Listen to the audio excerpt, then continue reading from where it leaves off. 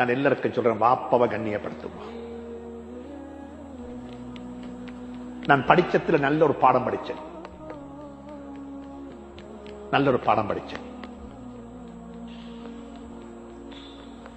அல்லாஹ் அருள் செய்வானாக.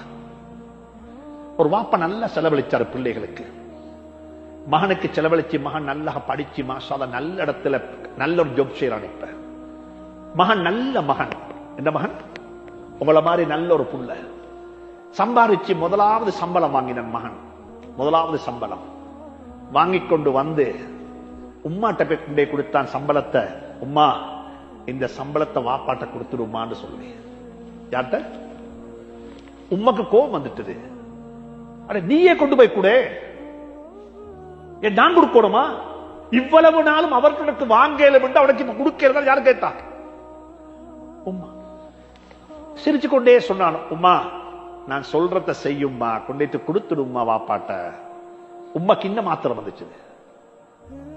இவன் என்ன சொன்னா மகன் உம்மாவை பார்த்து, உம்மா 25 வருஷமா வாப்பட கை மேல தானே இருந்துச்சும்மா, நான் மேல உள்ள கையை கீழே கொண்டு வர விரும்பலும்மா. நான் கொண்டு போய் கொடுத்தா உம்மா வாப்பட கை எங்க வந்துடும்?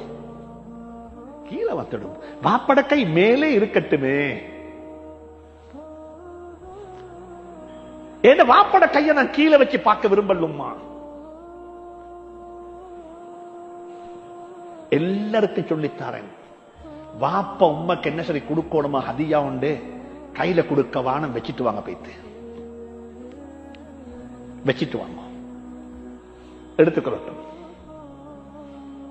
எனக்கு முன்னால் எந்த வாப்பட கை கீழே போகக்கூடாது. எனக்கு முன்னால் எந்த வாப்பட கை மேலதான் இருக்கணும். 25 வருஷம் மேல உள்ள கைய நான் ஏன் கீழே கொண்டு வரணும்? இங்க இருக்கிற யூத் எல்லாருக்கும் சொல்றேன், வாப்பட கைய மேல வைங்க. நாங்க எல்லாரும் உம்மவத்தை அழகு பார்ப்போம். உம்மா கொஞ்சம் கூட பேசுற இல்லையா? என்ன சொல்லுவா? 9 மாசம் தூக்கி சுமந்தேன், 9 மாசம் தூக்கி சுமந்தேன், 9 மாசம் தூக்கி, எத்தனை முறை சொல்லிப்பா உம்மா? சொல்லுங்களேன்.